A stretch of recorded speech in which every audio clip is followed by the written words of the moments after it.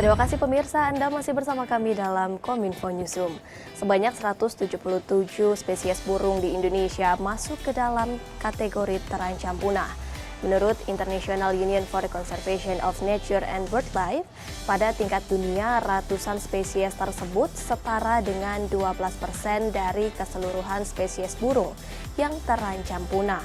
Tentunya banyak sebab dari terancam punahnya ratusan burung tersebut, namun seperti apa dan apa penyebab utama dari punahnya spesies burung ini, kita akan berbicara lebih lanjut bersama dengan Ibu Ria Saryanti yang telah terhubung melalui conference selaku Conservation Partnership Advisor Burung Indonesia.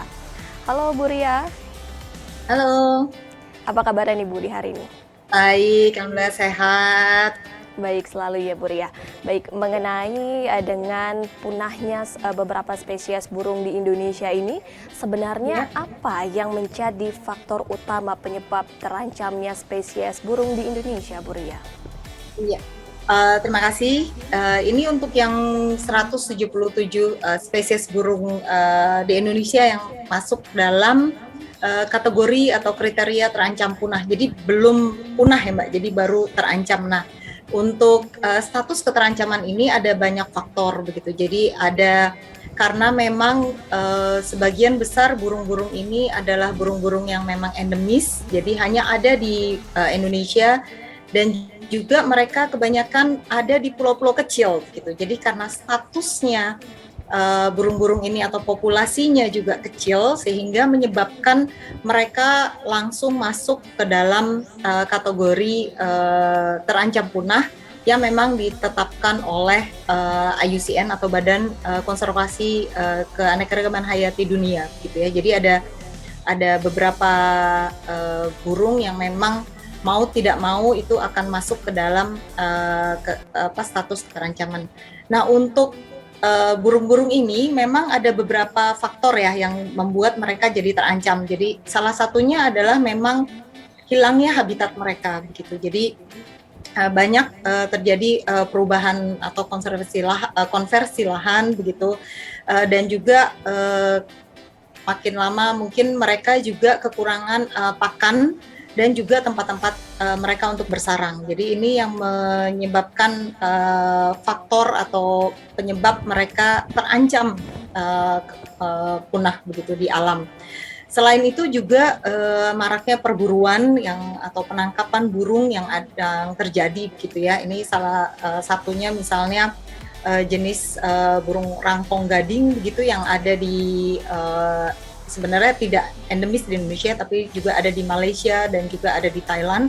Namun burung ini banyak diburu karena untuk diambil paruhnya ya. Jadi ini paruhnya itu yang cukup kuat, dan biasanya ini digunakan untuk pengganti gading yang katanya kekuatannya sama dengan gading gajah. Gitu. Jadi ada beberapa faktor yang memang menjadi penyebab mereka terancam punah.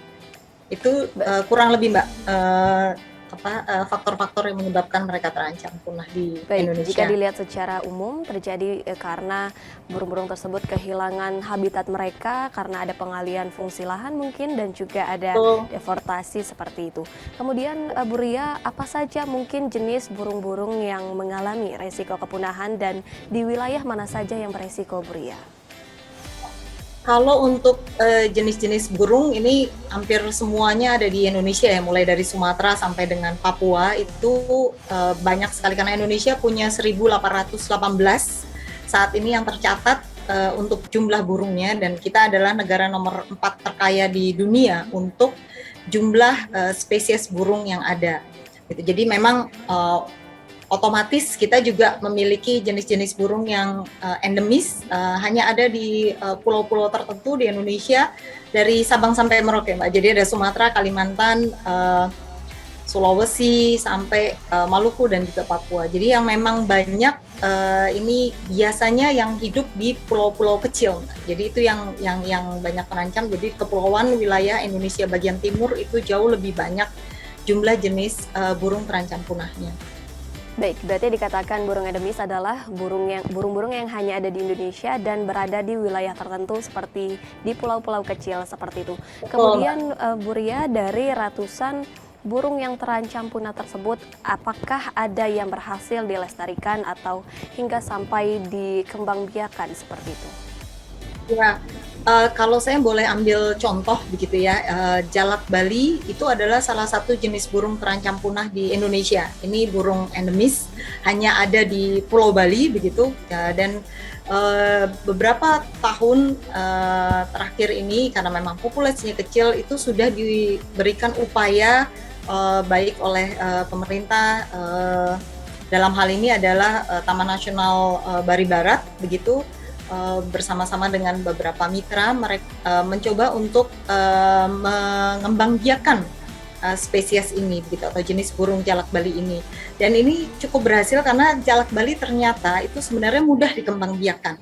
Nah, ini proses pengembangbiakan ini cukup berhasil, dan saat ini sudah ada program untuk pengembalian atau pelepasliaran kembali di alam. Dan dari hasil pengamatan dan juga dari hasil kita monitoring, pemantauan di alam, di habitatnya, ini sudah cukup berhasil, mereka bisa berkembang biak bahkan untuk di alamnya kembali. Jadi ini salah satu yang cukup berhasil, bagaimana yang tadinya burung ini hanya tinggal sedikit sekali di alam, jumlahnya hanya beberapa ekor, dan saat ini sudah mulai kembali cukup banyak di alam. Itu kurang lebih salah satu contohnya yang cukup berhasil. Baik, jadi upaya untuk mengembangbiakan burung-burung yang terancam punah ini sudah dilakukan melalui program dan tentunya dilakukan monitoring di hutan-hutan tersebut ya Bu Ria? Ya, betul. Jadi memang kalau kita melakukan program pengembangbiakan begitu dan juga kita pelepas liaran di alam, itu tidak boleh dilupakan pemantauannya. Jadi harus ada monitoringnya untuk kita melihat apakah mereka cukup baik dan berhasil, apakah mereka cukup mendapatkan pakannya begitu, makanannya, lalu juga bagaimana tempat mereka bersarang dan yang lainnya. Nah, ini yang kita harus pantau, bagaimana mereka bisa hidup kembali di alamnya dan survive ya. Jadi cukup berhasil begitu. Baik, monitoring biasanya dilakukan berapa, sebulan sekali kah Bu Ria, atau 6 bulan sekali, atau seperti apa? Biasanya kita ada monitoring bulanan ya. Jadi kalau untuk beberapa jenis burung begitu untuk di alam, baik yang melalui tadi proses pengembangbiakan begitu, ataupun juga untuk kita melihat populasi mereka di alam. Jadi kita lakukan biasanya monitoring bulanan untuk memantau mereka. Tapi untuk beberapa jenis kita cukup melakukan misalnya untuk 3 bulan atau 6 bulan sekali begitu. Itu kita bisa lakukan di lokasi yang sama untuk melihat bagaimana mereka bisa berkembang biak, ataukah memang ada terjadi perubahan-perubahan di habitat mereka. Baik Bu Ria, dari ratusan burung yang terancam punah tersebut kemudian lahirlah 3 spesies burung baru. Apakah dari 3 spesies burung baru ini dapat dikategorikan sebagai kategori burung endemis seperti itu? Ya, yang 3 jenis ini ya, jadi itu ada sikatan kedayang, lalu kemudian kacamata meratus begitu ya. Nah, 2 jenis ini memang merupakan jenis baru, jadi baru ada catatan perjumpaannya, baru ditemukan, itu lokasinya ada di Kalimantan gitu. Jadi ini hasil catatan baru, perjumpaan baru. Lalu yang ketiga itu adalah jenis burung buah satin, itu ada di wilayah Papua. Nah, ini jenis-jenis yang baru tercatat itu. Kenapa banyak orang yang bertanya, kenapa mereka masuk begitu ke dalam misalnya status terancam punah? Karena memang populasinya kita belum ketahui, jadi harus dipelajari kembali. Dan karena biasanya endemis, itu kita kelihatannya percaya bahwa populasinya sangat kecil. Gitu. Jadi kalau memang ada di pulau atau di habitat-habitat atau lokasi tertentu, kita perlu melihat bahwa bagaimana kita bisa melakukan survei ke depannya begitu ya, memantau mereka apakah memang populasinya cukup baik dan bisa berkembang biak dengan baik di alam. Biasanya kalau populasinya baik Mbak, itu otomatis kita akan bisa mengeluarkan mereka statusnya dari terancam punah menjadi tidak terancam punah. Jadi ada beberapa juga jenis burung yang tadinya statusnya terancam punah itu turun menjadi tidak terancam punah. Baik, dari lahirnya 3 spesies burung yang baru itu belum bisa dikategorikan punah atau tidak punah karena ini populasinya masih belum diketahui ya Bu Ria ya. Dan ini karena baru berjumpa ya, jadi kalau kita survei lalu kemudian ini ada jenisnya, tapi berapa populasinya kita perlu studi lebih lanjut Mbak, untuk itu. Baik, kemudian dari pengamatan Anda, Bu Ria, sosialisasi apa yang perlu diberikan kepada masyarakat, bahkan Pemda terkait dengan jenis burung yang dilindungi dan terancam punah ini? Kalau untuk masyarakat begitu ya, ini mungkin kita perlu lebih banyak menyebarluaskan informasi kepada masyarakat tentang kekayaan jenis burung yang ada memang di Indonesia begitu, terutama untuk jenis-jenis endemis, karena dari pengalaman kami di lapangan begitu ya, kadang masyarakat ini tidak mengetahui bahwa jenis burung tersebut hanya ada di wilayah mereka atau hanya ada di pulau mereka begitu. Jadi salah satu misalnya adalah kakatua Sumba. Jadi pada waktu pertama kali kami melakukan kegiatan untuk penyadartahuan masyarakat, awareness begitu, mereka ini burung kami pikir ada banyak di tempat lain gitu. Ternyata hanya ada di Pulau Sumba begitu. Jadi kami senang sekali kalau bisa menyebar luaskan informasi tentang keragaman burung yang ada di Indonesia ini, karena kita kaya sekali Mbak, negara nomor 4 terkaya di dunia, dan masyarakat bisa lebih banyak berpartisipasi untuk menjaga dan melindungi burung-burung tersebut di wilayah mereka. Nah, kalau untuk Pemda sendiri, sebenarnya ada beberapa yang kita sudah lakukan dan juga mendukung pemerintah daerah. Itu salah satunya adalah di Kepulauan Talaut ya, itu Pemdanya sangat antusias sekali dan mereka membuat beberapa program yang dilakukan untuk masyarakat di sana untuk melindungi nurita laut begitu ya. Jadi programnya tidak langsung untuk nurita lautnya, tapi dengan meningkatkan ekonomi masyarakat di Kepulauan Talaut, sehingga masyarakat ini secara tidak langsung mereka mendukung program untuk perlindungan nurita laut di sana. Jadi yang tadinya mungkin pemburu burung, mereka pada akhirnya sekarang punya kegiatan yang lain yang bisa meningkatkan ekonomi mereka, sehingga tidak menangkap burung lagi di alam. Itu salah satu Mbak yang bisa dilakukan. Ya, masyarakat ini perlu mengetahui bahwa sebenarnya di daerah mereka sendiri ini ada burung-burung unik yang cuma ada di daerah mereka, yang dimana harus dijaga agar tidak masuk ke dalam kategori punah seperti itu ya Bu Ria. Betul. Terakhir Bu Ria, apakah ada peran dari Balai Konservasi Sumber Daya Alam KLHK mengenai untuk konservasi burung-burung yang hampir punah ini, yang masuk ke dalam kategori terancam punah ini? Ya.